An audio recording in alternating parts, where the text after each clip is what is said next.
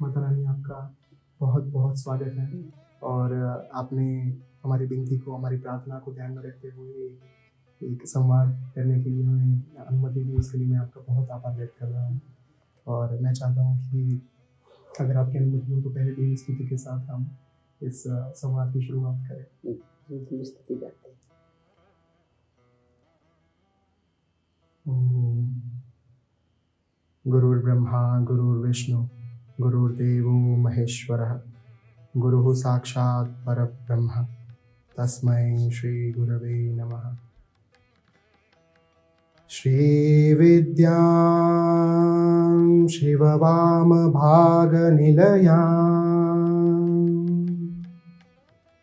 ह्रींकारमन्त्रोज्ज्वला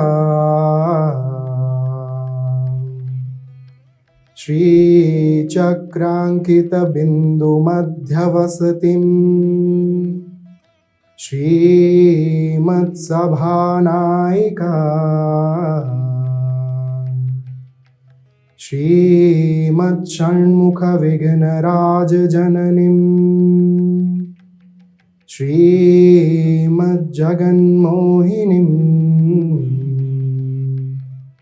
मीनाक्षीं प्रणतोऽस्मि सन्ततमहं कारुण्यवारानिधिं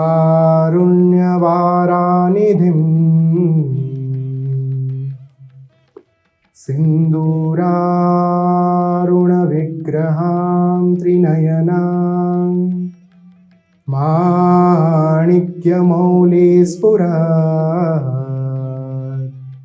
तारानायकशेखरां स्मितमुखीं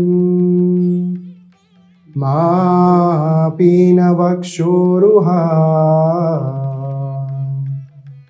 पाणिभ्यामलिपूर्णरत्नचषकं रक्तोत्पलं बिभ्रतिं सौम्यां रत्नघटस्थरक्तचरणां ध्यायेत् पराम्बिका।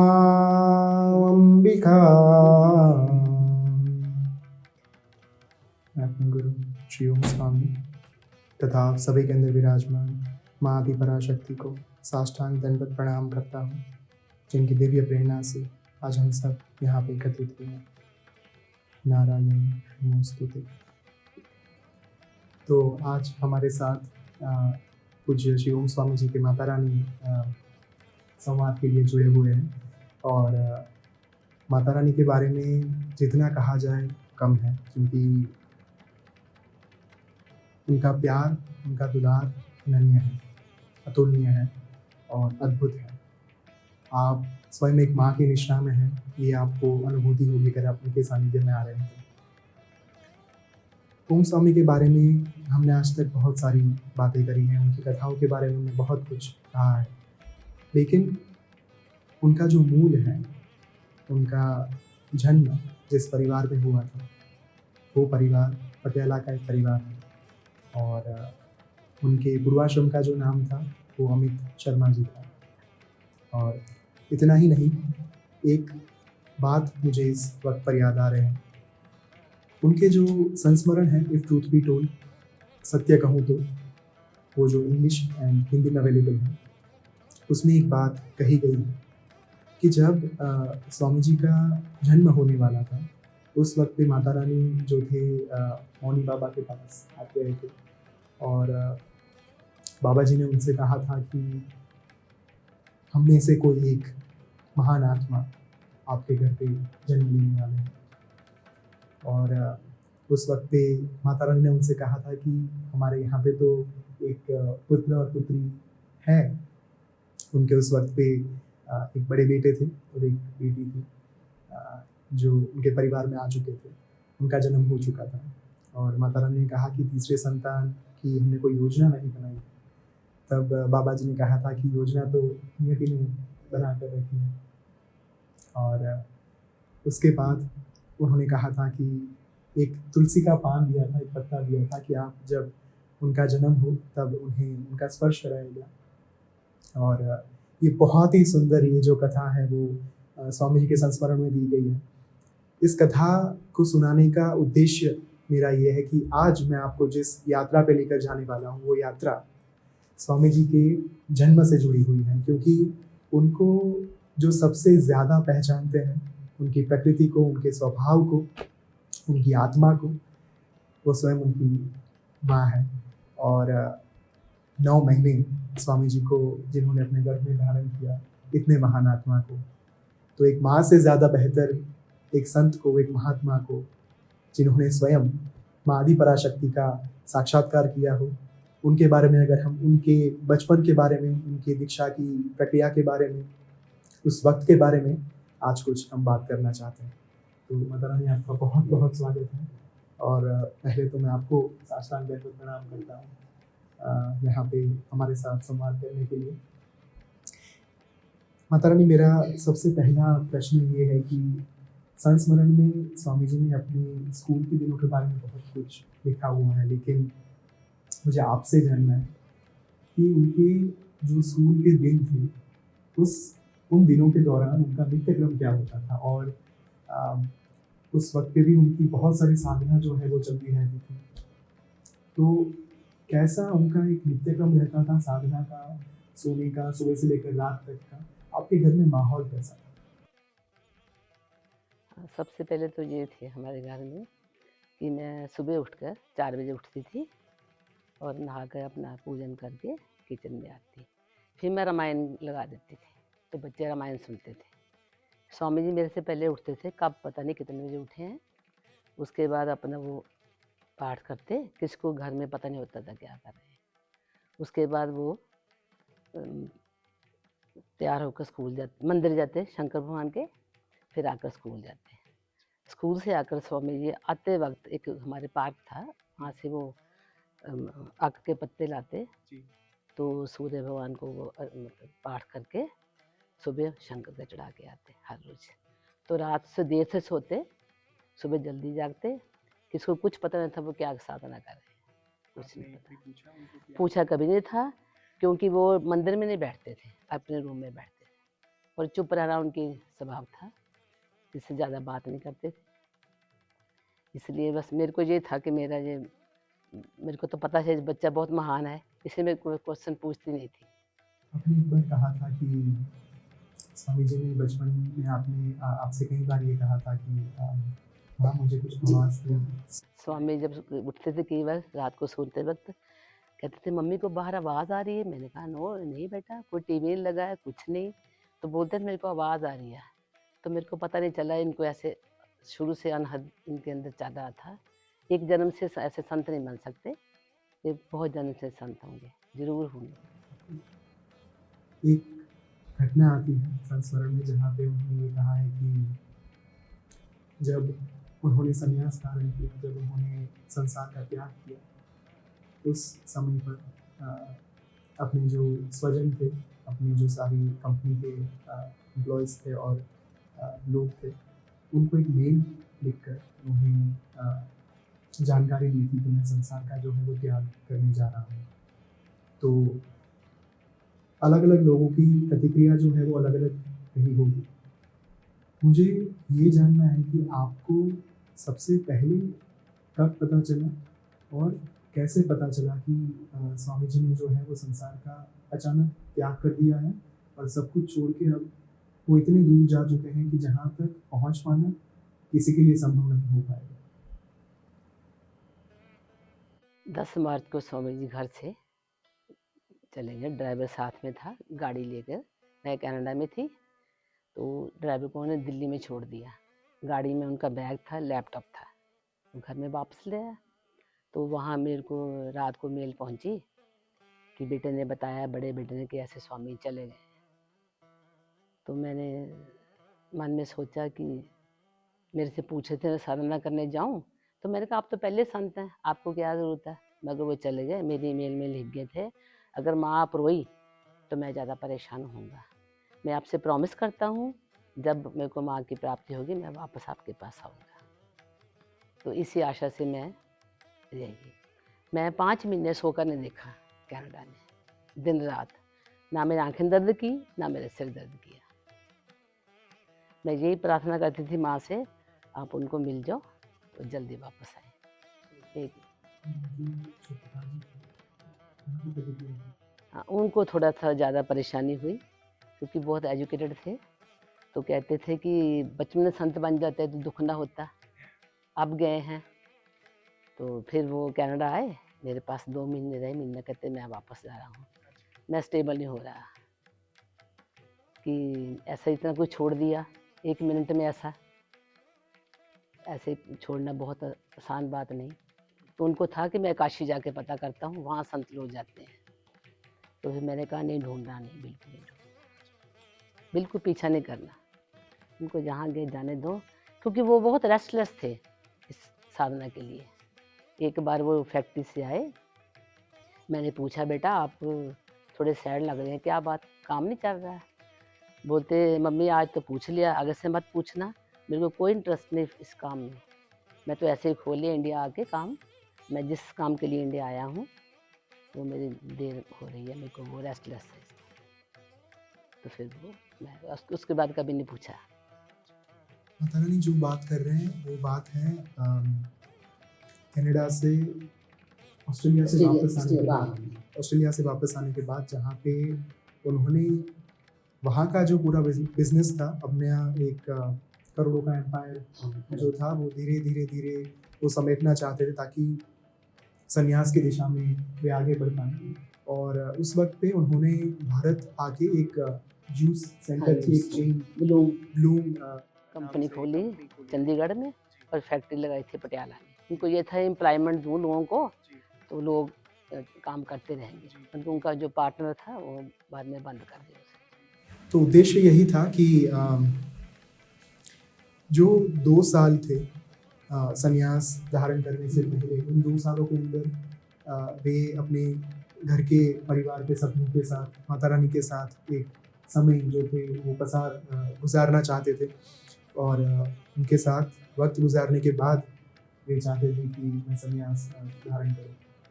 तो ये जो एक माता रानी ने बात कही वो उनके संन्यास के एग्जैक्ट पहले की कथा है, 2009-10 के आसपास, 2008-9 के आसपास की। तो जब ये बात हमें इस ट्रूथ बी टोल्ड में पढ़ने को आती है कि जब उन्होंने सब कुछ छोड़ के वे वाराणसी गए, वहाँ से वे नागा बाबा के आश्रम में गए। आश्रम में जाने के बाद बाबा जी ने उनसे ये कहा कि आपको पहले माता रानी को फ़ोन करना पड़ेगा। अगर आपकी माँ जो है वो अनुमति देंगी आपको कि आप संन्यास दीक्षा ले सकते हैं, तो ही मैं आपको संन्यास दूँगा, तो ही मैं आपको दीक्षा दूँगा। उस वक्त पे वे नहीं चाहते थे कि अपने परिवार के सभ्यों के साथ किसी के भी साथ संपर्क हो, क्योंकि वे तो अपनी यात्रा पर निकल चुके थे। लेकिन बाबा का आदेश था और आदेश पर उन्होंने फ़ोन किया सबसे पहले आपको। और इस ट्रूथ बी टोल्ड में लिखा गया है कि उस वक्त पे आप कनाडा थी। तो सबसे पहला जब उनका फ़ोन आया इतने दिनों के बाद, आपने पहली बार उनकी आवाज़ सुनी बहुत लंबे अरसे के बाद, उस वक्त पे आपके मनोभाव क्या थे, आपकी प्रतिक्रिया क्या थी? जब वो गए तो रात को सोती नहीं थी मैं, तुरंत जब फ़ोन बजा तो मैंने उठा लिया। मैंने उठाया, बेटा नीचे था, बड़ा बेटा, तो मैंने तुरंत उठाया फ़ोन। मैंने बोला हेलो, तो स्वामी की आवाज़ सुनी तो मैंने कहा, मैं पूछना ही भूल गई, बेटा कहाँ से बोल रहे हैं आप, कहाँ पे हैं? उन्होंने कुछ नहीं बोला मेरे को, बस प्रणाम बोला, तो इनसे बात करो बोलते। तो बाबा को फ़ोन पकड़ा दिया। तो बाबा ने बोला बेटा जी आपका बेटा अच्छा पढ़ा लिखा है, खूब पैसे वाला है और यही बोलता मैं संत बनूं, तो ये मैं इनको संत बना दूं। मैंने कहा वो संत बनाना पूरा विश्व देखे। तो मेरे को इतनी एनर्जी आ गई उस वक्त, मैं सोच ही नहीं सकी मैं क्या बोल रही हूँ। फिर मैंने पूछा ही नहीं आप कहाँ से बोल रहे हैं। स्वामी ने तुरंत फ़ोन रख दिया। तो बाद में पिताजी बोलते इंडिया में थे, कहते मैं साइबर कैफ़े जाके पता करता हूँ कहाँ से फ़ोन आया। मैंने कहा वो बहुत स्मार्ट हैं, वो उन आप नहीं पता कर सकते वो कहाँ से बोल रहे हैं। फिर वो बोलते कि मैं बनारस जाता हूँ, 90% बनारस लोग जाते हैं। तो मैंने मना किया, मैं कहा बिल्कुल पीछा नहीं करना। वो रेस्टलेस थे इस काम के लिए, इसलिए इंडिया आए हैं। जब स्वामी इंडिया आना था मेरे को फ़ोन किया, मम्मी मैं इंडिया आ जाऊँ, पक्का परमानेंट आ जाऊँ? तो मैंने कहा हाँ आ जाओ बेटा, आपका घर है। तब उन्हें बताया नहीं कि मैं साधना करने जाना है। तब मेरे को पता नहीं था। फिर जब आए, उससे पहले स्वामी एक छोटी साधना 1 महीने करने गए थे टिम्बर ट्रेन के आगे। तो उन्होंने कहा था 1 महीने के लिए जा रहा हूँ। तब स्वामी को मैं बहुत लोग छोड़ने गए, बहुत सामान था। तो जब सब लोग चले गए तो स्वामी गए, 10-15 दिन हो गए थे। तो जो छोड़ने गए थे उनसे बोला फ़ोन नंबर लेके आना, यहाँ वो साधना कर रहे हैं। तो वो स्वामी को दूध पिलाता था आदमी, फ्रूट देता था। उसको बोला मैंने, उसका फ़ोन नंबर लौट को फ़ोन किया। मैं कहा आपके यहाँ एक लड़का आया है, जो जिसको दूध देते हैं आप? कहते हाँ जी। मैं कहा वो किस वक़्त गुफ़ा से बाहर आते हैं? बोलते 11 के बजे वो थोड़ा टहलते हैं धूप में। तो मैं तुरंत, विवेक की मम्मी मेरे पास आई थी, कहती आप कैसे वहाँ देखने चले बच्चे को?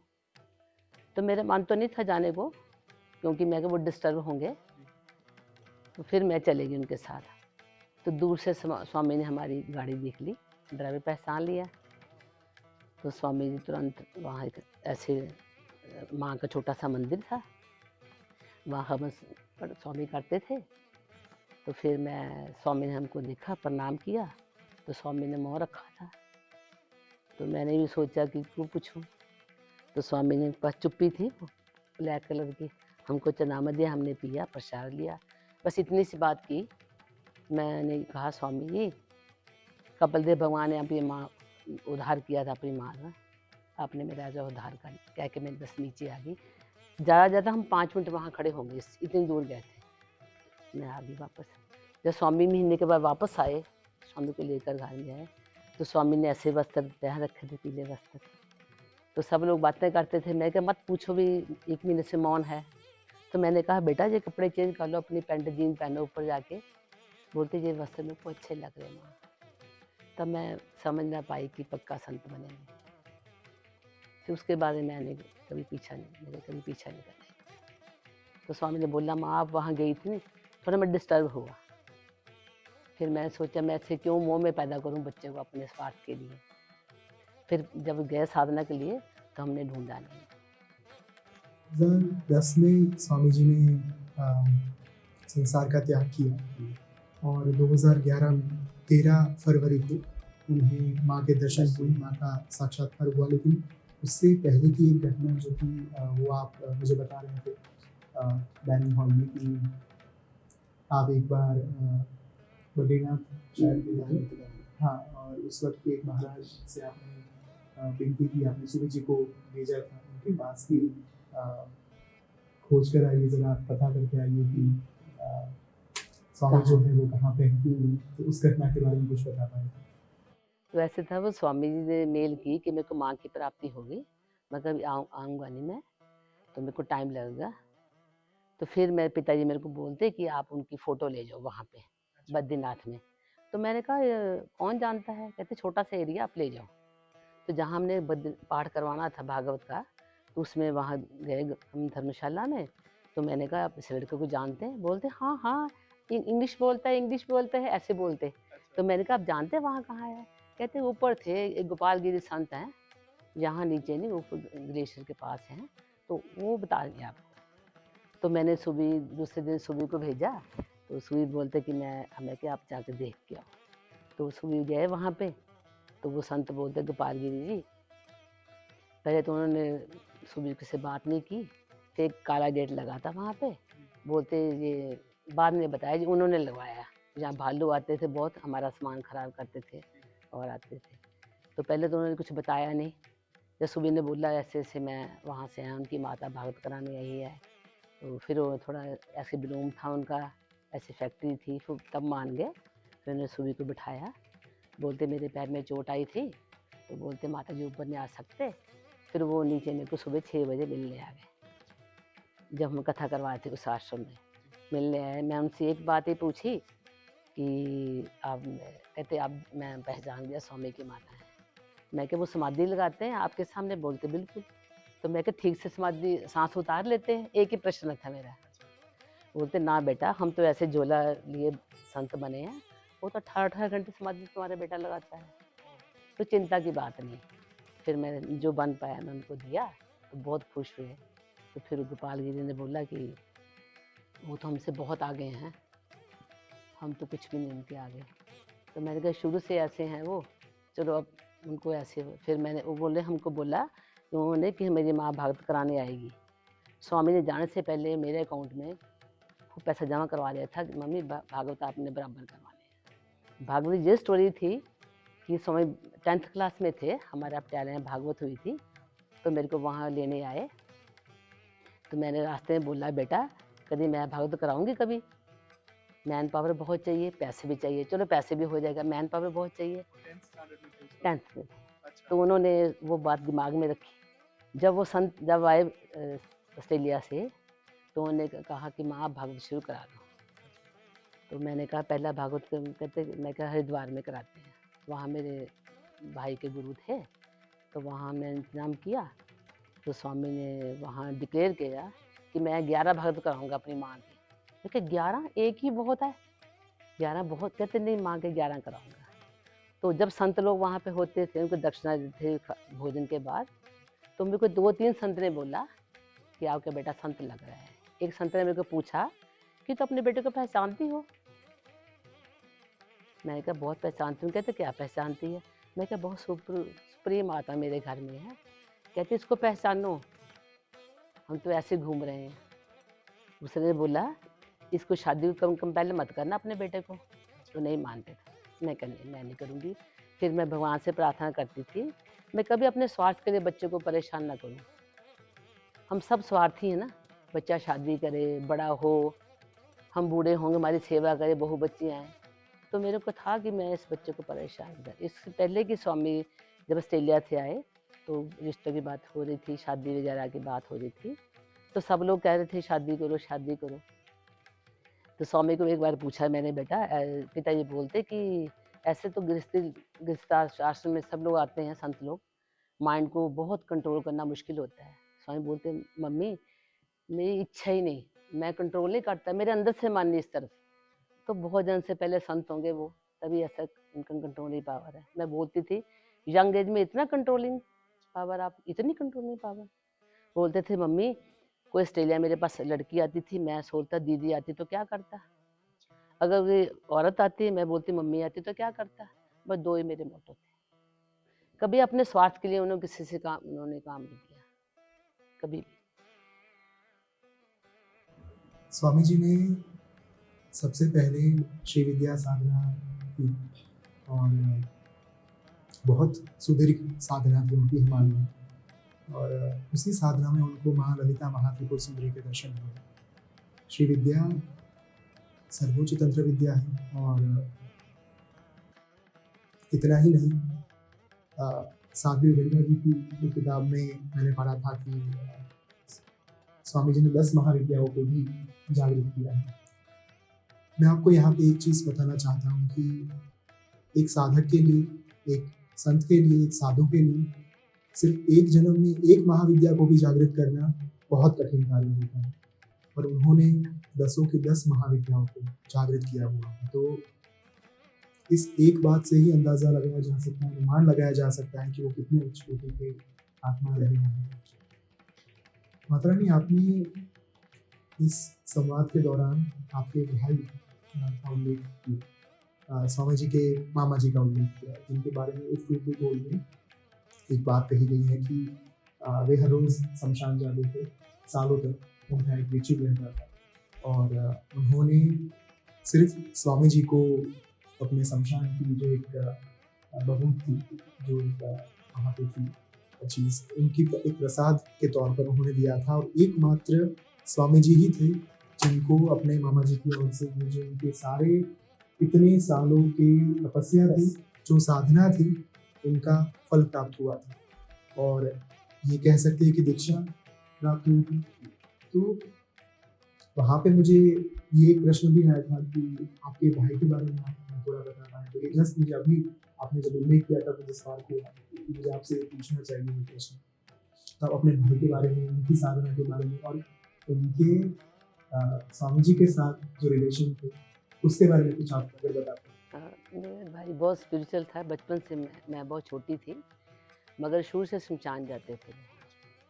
तो जब स्वामी को देखते थे ना बैठ के, बोलते थे मेरे को यही ठीक है, कंकर पत्थर नहीं चाहिए, हीरा हीरा ले लिया। कंकर पत्थर चाहिए, हीरा ले लिया। तो स्वामी से बात करके बहुत अच्छा लगता था उनसे। तो मैं वो पेरेंट्स की बहुत सेवा करते हैं ब्रदर मेरे, बहुत ज़्यादा। तो मेरे को था कि मेरे बच्चे ऐसे बने। एक बार वो ऐसे खेले थे स्वामी जी, मैं कहा इनका IQ टेस्ट करो। तो उन्होंने ऐसे बोला कि ये बगीचा थोड़ा साफ करना था। बोलते तुम्हारा बेटा इतना महान होगा, जब तक वो पूरा काम नहीं कर लेगा ना, कंकर पत्थर नहीं छोटे छोटे बारीक स्वामी जी ने वो भी उठा दिए, जो छोटे छोटे थे, ये लकड़ के पीस पड़े थे। बोलते जब तक ये पूरा काम नहीं करेगा आराम से बैठेगा, बहुत लेबोरियस होगा तुम्हारा बेटा। तो फिर मैंने कहा ठीक है। मैं ब्रदर के बच्चे काफ़ी इंटेलिजेंट थे, तो बोलते तुम्हारा उसका मेरे भाई का लड़का बोलता हम तो आंटी 19 हैं, ये तुम्हारा बेटा 21 होगा। हमसे। तो यही था कि स्वामी शुरू से बहुत ज़्यादा बुक्स पढ़ते थे। एक बार स्वामी लाइब्रेरी में गए, तो जाते थे बराबर। एक बार मिठाई का डिब्बा लेकर आए, तो मैं कहा ये किस चीज़ का है बेटा? बोलते मैंने सारे बुक्स पढ़ ली लाइब्रेरी में। तो लाइब्रेरी ने मेरे को ये दिया कि बेटा तू कुछ वो छोड़ी नहीं कोई चीज़, कोई शास्त्र कोई पुराण कोई चीज़। इतने कार्ड स्वामी के थे लाइब्रेरी के भरे पड़े सालों तक। एक बार हाँ, स्वामी जी इतने प्यारे हैं, एक बार ऑफिस से हम स्वामी को बोला आपको ले आएंगे, तो हम भूल गए, आते बाजार चले गए भूल गए। तो स्वामी जी इतने स्मार्ट हैं शुरू से ही, ये लाइब्रेरी के बाहर खड़े रहे।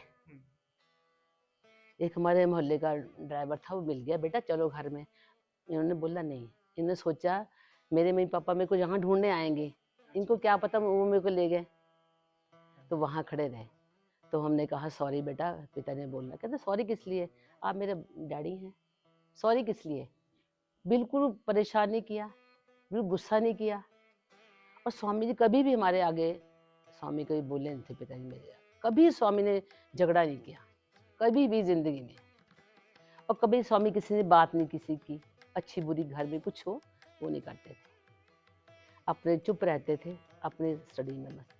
बहुत बुक्स स्वामी ने पढ़ी, बहुत बुक्स पढ़ते थे, बड़ा शौक था उनको। तो प्रोफेसर शर्मा थे उनके, जो बुक में लिखा है, वो मेरे शर्मा जी बोलते एक बार मेरे हस्बैंड कि आप इस बच्चे के पास क्यों बैठे रहते हैं ना, आप बैठे, वो अपना काम करता है बैठे हैं। कहते तुमको नहीं पता तुम्हारे बेटे के पास बैठने में क्या मिलता है मेरे को, ये मेरे से कोई बात ना करें, मैं इस पास बैठा रहूँ, मेरे को बहुत अच्छा लगता है। ऐसे सारे मोहल्ले के लोग ऐसे होता था कि ये बच्चा आए हम कुछ पूछें। तो एक बार मोहल्ले में शादी थी किसी लड़की की, तो ब्राह्मण थे वो, तो पंडित जी लेट हो गए। तो मैंने बोला बेटा, स्वामी 10 साल के या 11 साल के होंगे। तो मैंने बोला बेटा वो पंडित जी आने रहे, तो उसकी बेटी की शादी मुहूर्त निकल आ रहा है। तो स्वामी बोलते मैं करवा दूँ। मैंने कहा जो उम्र का काम है देख लो।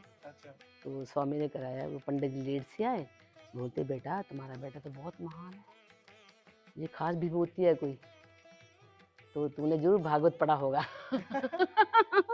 स्वामी जी ने बोला, मैंने कहा हाँ वो तो पढ़ा है मैंने, मैं रामचरितमानस पढ़ती थी और भागवत पढ़ती थी। उनको जब देवी के दर्शन हुए, माँ का उनको साक्षात्कार हुआ, उस वक्त भी उनको मेल देखा था सबको कि अब मुझे देवी माँ के दर्शन जो है हो चुके हैं। बहुत लंबे वक्त के बाद आपने ये जो एक समाचार था सुना, और आप तो महीनों से इसी समाचार को सुनने के लिए माँ से प्रार्थना कर रही थी, माँ दर्शन देने के लिए। जब आपने ये मेल पढ़ा, जब आपने ये समाचार पढ़े, आपके मनोभाव क्या था? मैं इतनी खुश थी, मैं कहती थी प्रभु आप मेरे बेटे को मिल गए ना, मैं कुछ तुमसे कुछ नहीं कभी मांगूंगी, बस दर्शन हो जाए, मेरे वो भाग्य है। एक भजन गाया करती थी मैं, जो बुक में लिखा है, संसार का मिलना सहज नहीं, पुट्ठी खा लल्हानी पैंदी। जब स्वामी घर पे आए, इतने सुंदर लग रहे थे स्वामी जी, इतने सुंदर लग रहे थे कि वो मेरे को वो सीन याद आ गया। स्वामी पहले हवन करते थे ना घर में, तो वो स्वामी बहुत प्यारे लगते थे, बहुत ज़्यादा। तो दिवाली में हमारे घर में हवन होता था, हर दिवाली पे। तो स्वामी जी हवन करते थे, बराबर बैठते थे। स्वामी साधन करते थे, तब भी देखते थे उनको, तो इतने सुंदर स्वामी लग रहे थे। स्वामी जी जब आए घर में, सब रिलेटिव को बुलाया, मोहल्ले वालों को बुलाया। स्वामी बोलते, बाद में पटियाला किसको नहीं मिलूँगा, मेरा स्थान फिर आश्रम होगा। तो हमने आश्रम जो छोटा सा कच्ची कुटिया बनाई थी कि ये आए तो वहाँ बैठ से। पटियाला में शंकराचार्य लगते थे स्वामी जी, शंकराचार्य जी, हाँ। बिल्कुल वैसे लग रहे थे, अच्छा। शंकराचार्य जैसे लग रहे थे। तो मेरे को ये था कि पिताजी, मैं तो जानती थी स्वामी जी को बहुत, पिताजी कैसे रिएक्ट करेंगे ना एज ए फादर। तो जब स्वामी घर पे आए, पिताजी चरणों से उठे ही नहीं स्वामी, स्वामी स्वामी करते ऐसे आए। वो तो उनको तो फिर ऐसा हुआ, आ गए बस। फिर उनको ये था कि आश्रम में जहाँ किसी जगह बैठ जाएंगे। जो कच्ची कुटिया थे ना, मैंने ये बेटे स्वप्न में देखी थी। मैं स्वामी 2 साल के थे। ये कच्ची कुटिया मैं स्वप्न में देखी थी। ये कुटिया यहाँ मैंने पे जो थी जी, कच्ची कुटिया जी, पहले जो हाँ जी, 2011-12 में जी हाँ, जिन संत ने मेरे को बताया था ना हाँ, हाँ, कि मैंने ये कच्ची कुटिया स्वप्न में सफाई की। नहीं, मैंने स्वप्न में वो आपका घर स्वप्न से, क्या था? हाँ, स्वप्न ये था, ये बात लिखने वाली, हाँ, हाँ, हाँ, ये स्वप्न था कि मैंने घर सेल कर दिया पटियाला में। अच्छा, वो कच्चा घर खरीद लिया मैंने। कच्चा घर खरीद के तो मैं अपने स्टाफ को बोलती, मेरे घर में आए चाय पियो कि मैंने घर लिया है। तो स्टाफ मेंबर आए, बोलते तू ऐसे मूर्ख, अच्छा घर सेल करके ये ले लिया। तो मैंने कहा यही लिया, तो बात खत्म हो गई। नेक्स्ट डे वो घर मैंने इस छोटी सी झाड़ू से साफ किया, कंटेनर निकाला क्रॉकरी विंडो से, उसमें वो पत्थर वत्थर जो थे मिट्टी मुट्टी डाल। तो मैंने कहा मूर्ख भी, ये कंटेनर में क्यों डाला, डस्टबिन में डाल के, है ना। तो मैं कंटेनर वापस ले आई। तो वो संत को मैंने स्वप्न सुनाए दोनों। मैं कहा ये हमारा स्वप्न ऐसे आया, ये तो स्वप्न आया जो पक्का घर सेल कर दिया, कच्चा खरीदा, इसका मतलब तूने तामसिक चीज दे, राज मतलब रजोगुनी, तू सतोगुनी चीज लिया है। मैंने कहा ठीक है जी, लेकिन ये स्वप्न आया, ऐसे घर साफ किया। कहते इस स्वप्न का ये मतलब है कि तू कंकर पत्थर जो तेरे अंदर था तू बाहर फेंक आई, ये शरीर रूपी बर्तन वापस ले आई। तो ये बात खत्म हो गई। जब हम कुटिया यहाँ आए 2011 में स्वामी को छोड़ने, वही कच्ची कुटिया थी, वही झाड़ू पड़ा था, मैंने साफ किया। उसके बाद मैंने सोचा मैं ये देख रखी पहले, तब मेरे को रिकॉल हुआ स्वप्न तब का। तो मैं समझ ना पाई ये स्वप्न उस वक्त आया था, ये कैसा था सालों पहले। और देखिए यहाँ पे 2011 वो कुटिया, वही सेम, वही झाड़ू सेम पड़ा था, वही मैंने साफ किया आकर। माता रानी जो बात कर रहे हैं वो आज से बहुत साल पहले जो श्री बद्री का आश्रम था 2011-12 में, उस वक्त पे बहुत ही छोटी सी कुटिया थी। और आप अभी जो एक डेवलपमेंट देख रहे हैं वो सारी डेवलपमेंट थी नहीं उस वक्त पे। एकदम छोटी सी कुटिया थी और लोग जो थे वो गिरी गंगा जो नदी है उसे क्रॉस करके आते थे। बहुत ही ज़्यादा यातना सहने के बाद लोग यहाँ पे पहुँच पाते थे। रघु स्वामी उनको लेने के लिए जाते थे कि ताकि किसी को चोट ना लगे और सलामती के साथ वो आश्रम आ पाए। तो इतनी ज़्यादा दुर्गम ये एक स्थान था, दुर्गम जगह थी। और आज जैसे माता रानी ने स्वयं, देवी माँ ने कृपा बरसा दी हो और साक्षात माँ ही यहाँ पे विराजमान है, तो फिर क्या ही डेवलपमेंट बनता, तो डेवलपमेंट तो होगी ही होगी। सो इसी बात के साथ मुझे एक कथा का स्मरण हो रहा है जहाँ पे सबसे पहली बार उन्होंने सत्संग किया। वो जब सत्संग हुआ, शायद वो पटियाला में ही करके हुआ था। उस वक्त पे उस सत्संग के दौरान क्या उन्होंने संवाद किए थे? स्वामी ये कहा था कि मेरे को भगवान की प्राप्ति हुई है। दूसरी बात ये कि मैं माता पिता का हमारा महारा पूजन किया एज ए मदर मेरा, तो विष्णु भगवान एज ए फादर किया। तो स्वामी ने फिर बोला कि पिता का जन्म तो एक है, माँ तुम्हारा जन्म नहीं, मैं गरुड़ जी को बुलाऊंगा, तुम आपकी वैकुंठ में आपको भेजूंगा। तो मेरे को बहुत सुकून मिला, जिस काम के लिए इतनी तपस्या की मैंने, मेरे बेटे ने पूरी कर दी। तो पहले कर्म आपके मैंने ले लिए, अब आप रिस्पॉन्सिबल आप हैं। तो मैंने तब से प्रण किया मैं और अच्छे कर्म करूं। कोशिश तो पहले भी थी मेरी, कि स्वामी जी को परेशान हो जब मेरा एंड हो।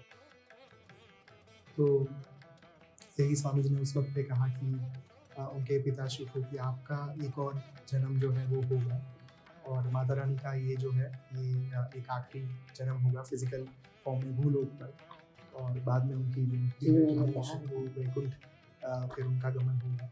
तो फिर हम 4 साल में आया हूँ, 4 साल के बाद फिर हम मिले 5 साल के बाद फिर मिले। आप ही मेरी माँ हैं। इतनी बड़ी बात है ये कि उन्होंने उस वक्त पर ही ये भविष्यवाणी कर दी थी कि इस बार आया हूँ और अब जब अगली बार आऊँगा तब इस प्लेनेट में नहीं होंगे, हाँ, इस भूलोक पर नहीं होंगे। अगले जो कोई हमारे ब्रह्मांड में जो करोड़ों भूलोक हैं, करोड़ों जो सृष्टि जो है जहाँ पे करोड़ों प्लैनेट्स करोड़ों ग्रह जो हैं, उनमें से किसी अलग ग्रह पर उनका जो है वो जन्म होगा दूसरे जीव सृष्टि के कल्याण के लिए, दूसरों के भले के लिए, और वो भी 5000 साल के बाद। ये बात जब मैंने पहली बार सुनी थी, माता रानी मेरे आंखों में आंसू आ गए थे कि हमें नहीं पता कि हमें क्या प्राप्त हुआ है, और जिन्होंने उनके दर्शन किए हैं, जिन्होंने उनका साक्षात्कार किया है, उनको ही ये एक अनुभूति हो सकती है कि वो कितने बड़ी दिव्यात्मा जो है, महात्मा जो है, स्वयं माँ जो है, वो हमारे साथ यहाँ पे मौजूद है। उस सत्संग के बाद जो एक यहाँ तक का यानी कि 2023 तक का जो आपकी यात्रा है वो कैसे हुई? उसके बाद हम यहाँ आते, यहाँ भागवत कराए बाकी के 3 बद्रीनाथ में करवाए, 1 वृंदावन में 4, 1 करवाया हरिद्वार में 5, तो 6 भागवत यहाँ पे हुए। तो मैंने स्वामी से बोला एक भागवत स्वामी जी आपने करना है, तो देवी भागवत स्वामी ने उसके आश्रम में किया। देखो कितनी स्वामी की कृपा है कि भागवत के बाद वो कोविड हो गया, तो मेरे भागवत में कोई विघ्न नहीं पड़ा। 11 भागवत विघ्न हुए, फिर कोविड हो गया, फिर लोग यहाँ आ नहीं रहे थे। उसके बाद तो मैं कहा ये स्वामी जी की कृपा है। फिर स्वामी ने मेरे को बोला ये सबसे बड़ी बात जहाँ लास्ट भागवत था, स्वामी ने बोला माता रानी आपने गाय दान करनी है, तो मैंने कहा यहाँ कहाँ व्यवस्था होगी। स्वामी बोलते कोई नहीं, मंगवा गायें आ जाती है। हमने यहाँ गाय मंगवाई, गायें ब्याने वाली थी, तो वो नदी पार गायें ले आए रात को। तो मैंने बोला तो नदी पार से ले आया, तो मुश्किल हुई, कहते कोई बात नहीं। जितने बजे भोग डला ठीक गाय ने उतने बजे बच्चे को जन्म दिया, बछड़े। फिर स्वामी ने, मैं कहा स्वामी जी ये तो बहुत बड़ी बात हुई है, और मैं चाहती थी गाय का कलर हो गोल्डन। मैं देखा नहीं गाय को, वही कलर की गाय आई। फिर स्वामी जी ने मेरा सारा किया, तो मेरे को इतनी खुशी है, गाय दान रह गया था मेरा, बाकी सब स्वामी ने कराया। और स्वामी ने इतने दान मेरे से करवाए हैं।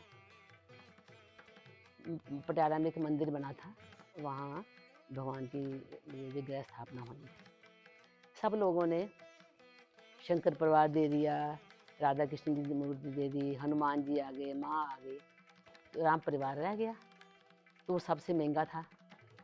तो स्वामी जी ऑस्ट्रेलिया में थे, तो मैं मंदिर में बैठी थी। स्वामी ने बोला कि मम्मी आप, मैंने कहा ऐसे वो संत बोलते हैं, तो वो बोलते 40,000 उस वक्त बहुत था कि लगेगा। तो मेरे पास तो सेविंग में इतने थे, थोड़े 20,000 थे।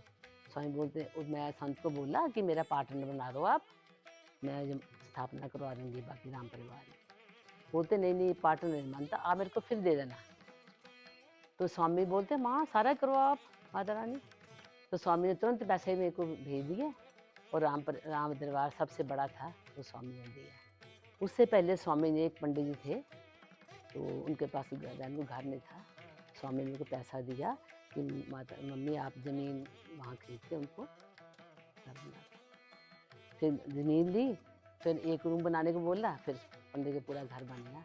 वो पंडित जी बोलते, मैं उस पंडित जी ने मेरे को एक और बात बताऊँ, उन पंडित जी ने मेरे को 2007 में स्वामी जी ऑस्ट्रेलिया से आए थे, तो उनको स्वप्न आया सुबह 3 बजे स्वप्न आया। बोलते कि बहुत ऊंचा सिंहासन है, सिंहासन जैसे दिव्य लोक का हो, कोई इस लोक का नहीं था। बहुत अच्छी मनी चमक रही है, हीरे जवाहरात लगे हुए हैं, तो कहते एक बहुत यंग लड़का बैठा और लोग स्वामी बोलते, स्वामी जी बोल रहे हैं। तो बहुत भीड़ लगी हुई थी, कहते बड़ी हाई एंट्री वहाँ खड़ी थी। तो पंडित जी बोलते, पंडित जी नाम है चंडी प्रसाद जी, पटियाला में। तो मंदिर जाती थी मैं, तो बोलते कि आपका बेटा संत मन है वहाँ। तो कहते नहीं, मैं लोग मेरे को अंदर घुसना दें। तो बोलते मैंने, स्वामी ने मेरे को दूर से देख लिया। स्वामी ने बोला इनको अंदर आने दो। कहते मैं अंदर चला गया, वहाँ आप बैठे थे। कहते आपकी आंखें बंद थी, आप माला फेर रहे थे। तो मैंने कहा लोगों को मैं जानता हूँ, इनकी माता को जानता हूँ। तो बोलते आपके बेटा लोग ऐसे ही कर रहे हैं, इतने ऊंचे सिंहासन में बैठे हैं, आपका बेटा संत बन गया। तो मैं मंदिर से घर आई, तो शाम को स्वामी जी आए चंडीगढ़ से। तो मैंने कहा बेटा चंडी प्रसाद पंडित जी को ऐसे सौंपन आया, आप संत बन गए। स्वामी मुस्कुरा गए, कुछ बोले नहीं। उन्होंने पहले दिखा रहे थे मैं संत बन गया, मैं समझ ना पाई कि अभी पक्का बनने जा रहे। मैंने कहा पाठ अच्छा पाठ कर रहे हैं, साधना अच्छी कर रहे हैं, चलो बिजनेस कर रहे हैं, ठीक है। जब संकेत दिए 2007 में संकेत आ गए, ये अक्टूबर 2007 की बात है। चंडी प्रसाद पंडित जी ने ये संकेत दिए थे मेरे को। मतलब जब आपको जो बाबा जो थे उन्होंने कहा था कि एक समय के बाद उनका संन्यास जो है वो हो जाएगा, तो क्या बचपन से आपके मन में ये एक अनुभूति थी कि कहीं ये मेरा बच्चा जो है, मेरा जो संतान है, मेरा जो पुत्र है, वो कहीं ना चला जाए? नहीं, मैं खुश बहुत थी इनके पाठ से। ये पाठ पूजा करते मैं बहुत खुश थी कि मेरे घर में ऐसा कोई बच्चा है। मेरे को ये कभी नहीं हुआ था कि ये ऐसे होगा, क्योंकि मैं चाहती नहीं थी अपने स्वार्थ के लिए इनको बंधन में डालूं, इनको स्वतंत्र रखूं। बहुत बड़ी बात है, क्योंकि माता पिता के लिए एक संतान, एक पुत्र जो है वो एक उनके वृद्धावस्था की एक छड़ी रहते हैं, एक लाठी रहते हैं जो उनको सहारा देते हैं। और काफ़ी बार वो जो एक मोह रहता है, वो जो एक प्रेम रहता है, वो बंधन में बांधने का काम करता है। तो आपने उन्हें कभी नहीं बांधा। इसी के साथ मुझे एक घटना जो याद आ रही थी, थोड़े समय पहले स्वामी जी के पिताजी का देहांत हुआ, और उस वक्त पे जो घटनाएं हुई थी, अगर उसके बारे में आप कुछ नहीं बता पाए। हाँ, जब पिताजी एक्सीडेंट हुआ तो स्वामी सॉलिट्यूड में गए हुए थे। तो स्वामी ने आना था अक्टूबर में, ये हुआ सितंबर में। तो स्वामी जब भी पहुँचे नहीं थे, तो रास्ते में थे। तो स्वामी मैं फ़ोन लगाया उनके साथ जो थे कि ऐसे ऐसे एक्सीडेंट हो गया। तो स्वामी बोलते कोई बात नहीं, मैं पहुँच जाता हूँ। मैं कि इस हॉस्पिटल में है।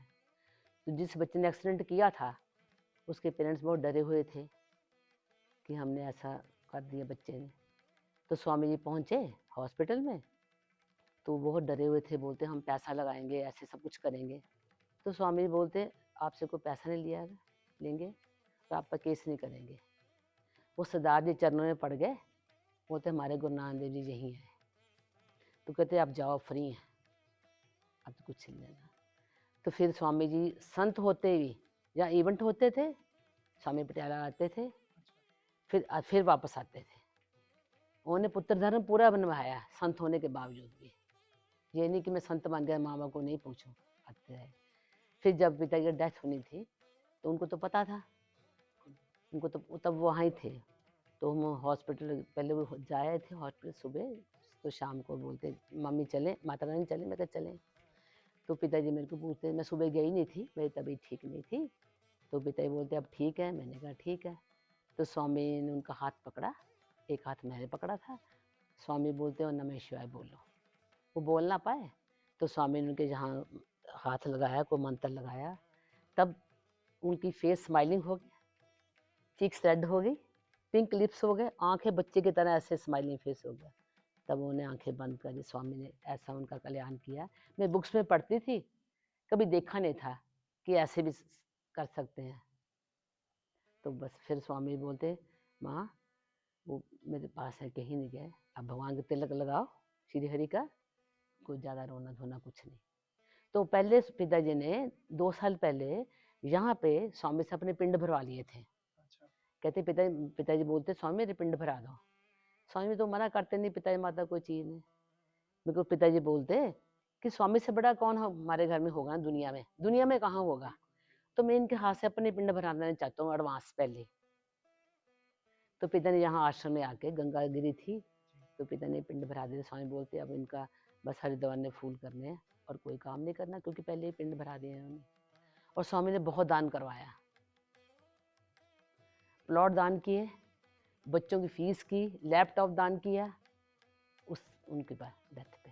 कहते हैं ये अच्छी चीज़ दान करो। तो पंडित जी को प्लॉट दिया, वो ऐसे हो गए कि मैं क्या सपन देख रहा हूँ। बिल्कुल। और सूर्य स्वामी देने में विश्वास करते हैं। कभी स्वामी पॉकेट में वॉलेट नहीं हुआ था, ऐसे होते थे नोट, कभी देखा नहीं स्वामी उठा के नोट दे देते थे किसी को, कितने का दिया कभी नहीं देखा स्वामी, कभी नहीं। नागा बाबा के साथ जब आपका संवाद हुआ था, उस संवाद में उन्होंने पूछा था कि माता जी ये महात्मा बन गया है, बना दो। और आपने कहा था कि इन्हें ऐसे महात्मा बनाइएगा कि मैं पूरे विश्व को बता पाऊँ कि मैं एक महात्मा की माँ हूँ। आज आप स्वयं एक महात्मा की माँ हैं, स्वयं एक अवतार की माँ हैं। आपकी अनुभूति क्या है? मैं इतनी खुश हूँ कि इससे बड़ी मेरी खुशी की लाइफ मेरी नहीं है। बस स्वामी का एक ही होता है, एक ही लोगों का अंदर कल्याण करते हैं कि हेल्थ ठीक रहे, उनको पैसे से प्यार नहीं। स्वामी ने कभी पीछे मुड़े कोई चीज़ पे देखा नहीं आज तक, कोई चीज़ छोड़ा है ना, पूछा नहीं उस चीज़ का कभी। तो मेरे को यही है कि ये लोगों को प्रैक्टिकली जो स्वामी हैं किया वो लोगों को बताते हैं। बचपन से कभी लेते नहीं चीज़, देने में विश्वास था, कभी हमसे कुछ नहीं लिया, कभी हमसे कुछ मांगा नहीं, कभी कंप्लेंट नहीं की उनके पेरेंट्स, कभी कंप्लेंट नहीं की उन्होंने। तो ऐसा बच्चा मैं कहती होई का व्रत था, अष्टमी होई का, मैंने कहा जहाँ मैं श्री हरि सबको ऐसे बच्चे दो जो मेरे बच्चे हैं, स्वामी जैसा बच्चा सबको दें। बहुत उनकी धन्यवाद है श्री हरि का, और स्वामी को मैं चूज़ किया और भगवान ने ऐसा बच्चा दिया मेरे को। आपका भी बहुत बहुत आप, मेरे को बहुत अच्छा लगा आपसे बैठ के। आप अच्छे स्वामी के संपर्क में रहे, अच्छे थे। बस स्वामी तो कल्याण करते हैं, बताते नहीं स्वामी की कोई चीज़। माता रानी, ये सब उनकी ही कृपा से हो रहा है। और दर्शकों को भी यही चीज़ बताना चाहता हूँ कि पहले दिन से स्वामी जी ने ना तो कोई दान लिया है किसी से, ना तो कोई गिफ्ट, ना तो कोई भेंट सौगात उन्होंने किसी से ली, क्योंकि उन्होंने पहले से प्रण ले लिया था कि मैं संन्यास धर्म को पुनः व्याख्यायित करूँगी। और संन्यास धर्म यानी ये नहीं कि आप सिर्फ दूसरों से मांग कर ही खाएं। स्वामी जी कहते हैं कि अगर सिद्धियाँ लेकर बैठे हैं तो लोक कल्याण का काम करें। तो यही एक हमारा छोटा सा संवाद था, और मैं माता रानी आपको फिर से दंडवत प्रणाम करता हूँ। और ये प्रार्थना की वजह से आप हमने आपका जो समय लिया उसके लिए भी आपका बहुत स्वामी के बड़े शिष्य बने रहे आप, स्वामी की कृपा रहे आपके ऊपर बस। और आपकी आज्ञा हो तो मैं पूर्ण आहुति मंत्र आपकी जो जय उनका विसर्जन करना चाहूँगा।